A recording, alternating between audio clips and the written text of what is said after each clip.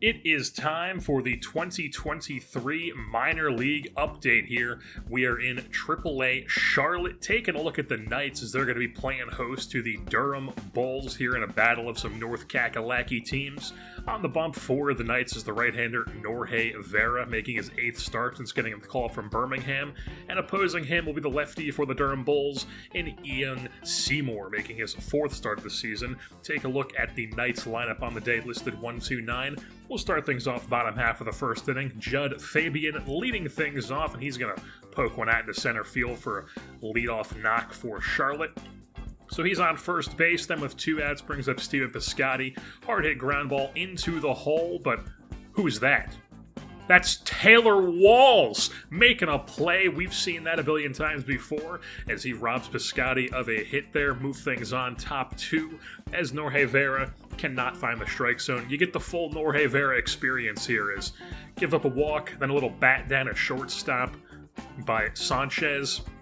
Move things on later in the inning. It's 2 down as Infante gets a fastball blown by him, and then a hit by pitch for Driscoll. So now there's 2 runners on with 2 outs, and then Vera would proceed to get out of it by getting Taylor Walls to ground into a ground ball over to shortstop. So still 0-0. Move things on bottom 2. Jose Rodriguez, the Dominican DH, ripping one off the wall in right field.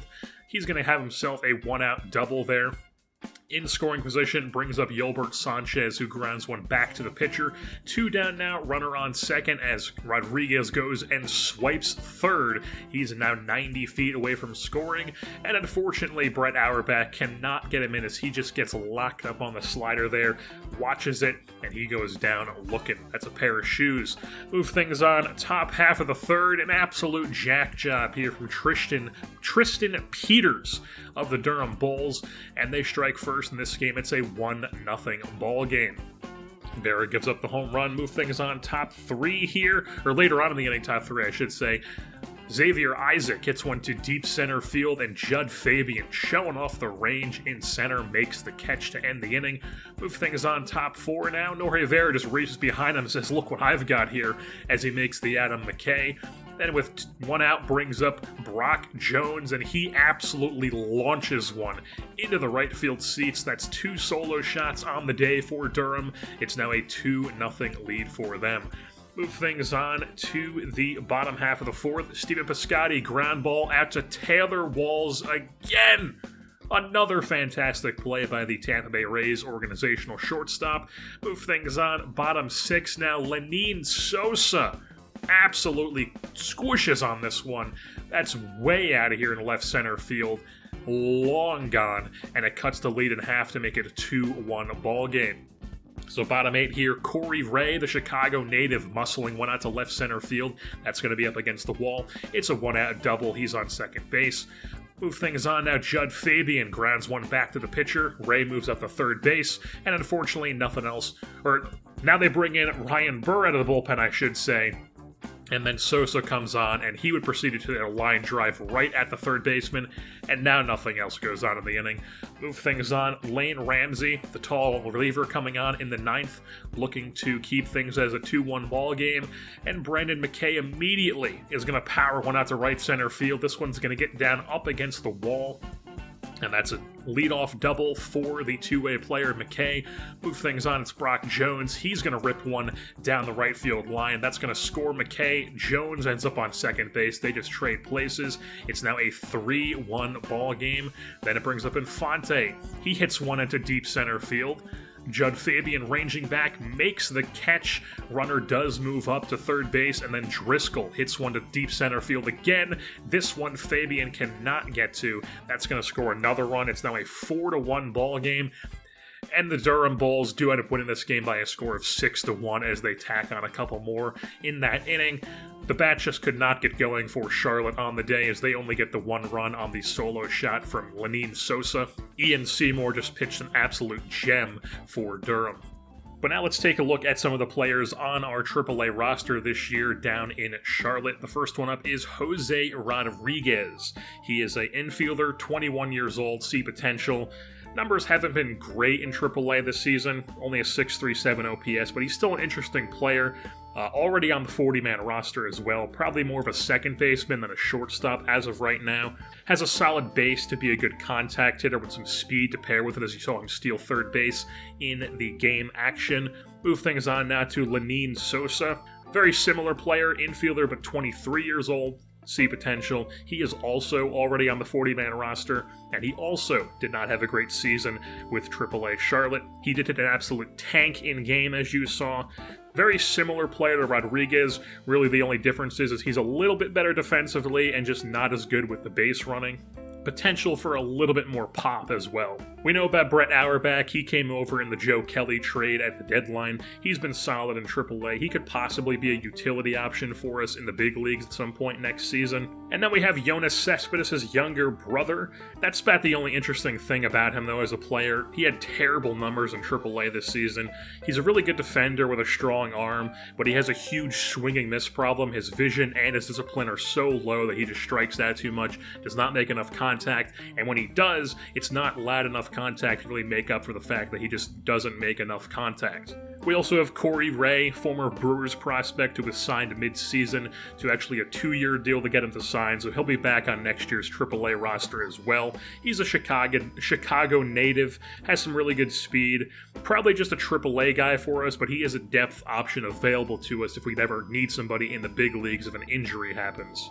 And then the lone interesting pitcher on this AAA roster that we're going to go over is Norge Vera, the guy who started in the game. He is a son of a Cuban baseball legend, 22-year-old right-handed starter, see potential. Numbers weren't great in AAA, but he did tear up AA, and that's why he ended up in the AAA this season. Throws really hard, has some solid break on his slider. Huge downside, though, is his inability to consistently find the strike zone, as he just walks way too many players. That could eventually push him to the bullpen, but for right now, he is a starter. Now it's time to check things in with the AA team down in Birmingham, Alabama. It is the Barons going to be playing host to the Milwaukee Brewers affiliate, the Shuckers, here at Regions Field as the Barons play host. Starting on the day for the Shuckers, it's the Chucker for the Shuckers, Adam Seminaris, making his 24th start of the season. Take a look at the Barons lineup listed 1-9 on the day, as well as the starter is going to be the right-hander Jonathan Cannon out of the University of Georgia, making his 19th start of the season. We'll start things off with him on the bump as he had it working on the day. Mendez comes up, whiffs through the slider for out number 2. Then it brings up Navarreto later in the inning. He gets that speedball blown by him. 2 strikeouts in the inning, move things on top 2. Perez goes down on the changeup for out number 1. That would bring up Tristan Lutz, as he then grounds one right back to Cannon himself, makes the play easily. And then for the third out of the inning, it would be Zamora getting the fastball blown right by him. 2 Ks in the inning once again for Cannon, another scoreless frame. We move on top 3 now. How about another scoreless frame? Sky Bolt cannot check up, that's a strikeout. And then Tyler Black comes up, chops one out to Montgomery with the smooth fielding at shortstop. Easy play for him. Top 4 now. Brings up Mendez. The cutter on the hands whiffs through it for out number 1. Brings up Owen Miller. Just gets frozen on the fastball. That's 2 down. And then it brings up Navarreto, who chops one, or pops one up, I should say. Gets jammed on the hands, pops one up into shallow center field. Montgomery squeezes on that one. Then he comes up to the plate in the bottom of the 4th, spits on ball 4, so he'll take his base here. And then runner going, but Chappelle hits a ball into right field. Montgomery was not sure if it was going to land, so he holds up at second base here. But then Max Wagner comes up. He rips one into left field, so now it's 3 straight base runners here, as it's now bases drunk here for Birmingham. Wilfred Veras comes up and powers one to right center field, but it is going to be caught. Runners at second, third tag up, so a sac fly makes it a 1-0 lead for the Barons. Then Sugaste is up at the plate, and Max Wagner goes and swipes second base with 2 outs to put 2 in scoring position, but unfortunately Sugaste then just lines one over at second base. Move things on top 5 now. Perez leading off the inning for the Shuckers. He's going to muscle one out to left center field. That's going to get up against the wall. He's in there at second easily, but then Burke's throw just sails over the head of the cutoff man, and for whatever reason they gave him the triple instead of the double and then moving up on the error. But whatever, then Zamora comes up and he proceeds to drive him in with a double of his own. So now it's a 1-1 ball game here in the top of the 5th inning. Move things on bottom 7 now. Wilfred Veras going to hit one over the head of left fielder here. That is a lead-off double for the first baseman of the Barons. So he's in scoring position as then J.C. Mejia comes on out of the bullpen here for the Shuckers. And he would proceed to be facing Wes Kath here with one out as he powers one over the shortstop's head there. That's going to get down into the gap as Kath makes it a 2-1 lead. Barons back on top. Edgar Caro, the catcher, slices one down the left field line. That's going to score Kath from second, but unfortunately Caro is thrown out at second base, but it is a 3-1 lead now for the Barons as they bring on the closer here in the 9th and Peyton Pallett for the 45th time this season, looking for the save. And with one out here, gives up a double to Mendez. That's up against the wall. That's going to be a runner in scoring position here for the Shuckers. Brings up Owen Miller as he proceeds to go out to right center field as well. This one's going to land in front of Kath. That's going to score a runner. Suddenly, it's a 1-run game. 3-2 ball game here. One out, one on. Navarreto, though, goes down on the 12-6 curve as Peyton Pallett finally figures it out. Gets back-to-back guys to go down on the 12-6 curve, and he shuts the door as the Barons do win this game 3-2 over the Shuckers. Jonathan Cannon picks up Player of the Game honors. He went 8 innings strong on the day, only gave up 3 hits, struck out 11 Shuckers batters on the day, no walks and only 1 earned run as well. Pallett picks up his 28th save of the season. Wes Kath had 2 doubles on the day. Wilfred Veras had a double. Jacob Burke had a triple. Solid hitting day and pitching day all the way around for the Barons. And now let's take a look at some of the players on this AA Barons team roster. So we'll start things off here with Lloydell Chappelli Jr. He is a second baseman / corner outfielder with a C potential.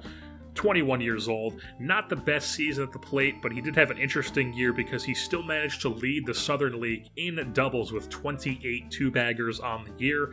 Interesting player, though, because at first glance, he's sort of similar to Sosa and Rodriguez up at AAA, but instead of having the high vision, he has the high discipline, which, as we all know, I'm a big fan of players that walk a lot. He is a guy who should be walking a lot.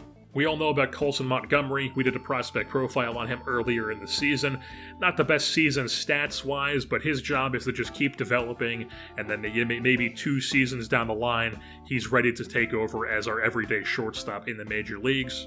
Terrell Tatum is an interesting player we have down in AA. He's 23 years old. He's an outfielder, C potential. A very interesting profile to me because he gets on base a lot. He has the 2nd highest on-base percentage in the Southern League this season. And then, if you're fast, walks or doubles. He actually leads the Southern League in stolen bases with 20, but he does have a couple downsides to his game as well. He is still very raw, quite far away from the major leagues. He needs to develop that contact a bit more before I would ever feel comfortable promoting him through the system. But if he continues to have more seasons like this, he should be able to bump that contact up to a point where it's respectable. He's also just totally useless against left-handed pitching. He would definitely be needed to used in a platoon, which I'm fine with. I'm fine with platoons. But he also strikes out a lot, which is a weird thing for a speed on-base percentage guy. Then there's also Brian Ramos, who is a corner infield type player. Might be getting a prospect profile next season, though, so we're not going to go too in-depth on him. He did miss a good chunk of this season with an injury, though. Deshaun Knowles, he came over from the Liam Hendricks trade from the Los Angeles Angels. He's been solid in AA for us with a 7.48 OPS, so we'd love to see that. Move things on to the arms, though. We have lots of arms putting up solid seasons here in Birmingham. First one, obviously, is Christian Mena, 20-year-old right-handed starter, C potential. He had a 4.4 WAR, 2.26 ERA, led the Southern League, and then a 2.74 FIP as well. Just a really, really solid season. He has good per-9 ratings across the board. Still only 20 years old. He could be a pretty good starter for us here 2-3 more seasons in the minors developing by the time he's 23, 24 years old. We also have Noah Schultz, another guy who's probably going to be getting a prospect profile next season. Had a really good year in AA for us, 3 WAR, 2nd in the Southern League in strikeouts as well. Jonathan Cannon, he saw action in the game. 22-year-old right-handed starter, C potential, out of the University of Georgia, like I said. He was in the Futures game in real life this year. 2.5 WAR in AA. ERA in the 2s, FIP in the 3s, could potentially be an option for us in the Major League rotation next season. He could be next year's Sean Burke type of guy. And then we have a couple C potential guys who spent the year moving between the rotation and the bullpen. First up is Matthew Thompson, 22-year-old right-handed pitcher, C potential, one more season. Like I said, split between the rotation and the bullpen. Interesting ratings. Tanner McDougal, 19-year-old right-handed pitcher, C potential. Similar profile to Vera. Spent the year mostly in the bullpen, throws hard, walks too many guys. Peyton Pallett, we saw, is the closer for us this season, 21-year-old right-hander, C potential. Spent the year as the closer, like I said, also throws decently hard with good stuff. We just have a lot of guys in AA who are like C potential guys with solid per 9 ratings across the board who just, they develop for 2-3 seasons. Who knows where they could be? It really just is up to how they develop and how they play in the minor leagues for the next couple of seasons in the organization. But with that being said, that is going to wrap things up here for this edition of the Chicago White Sox franchise here on MLB The Show 23. I've been your host, Jerseyborn, and I'm saying, Tyler Childers.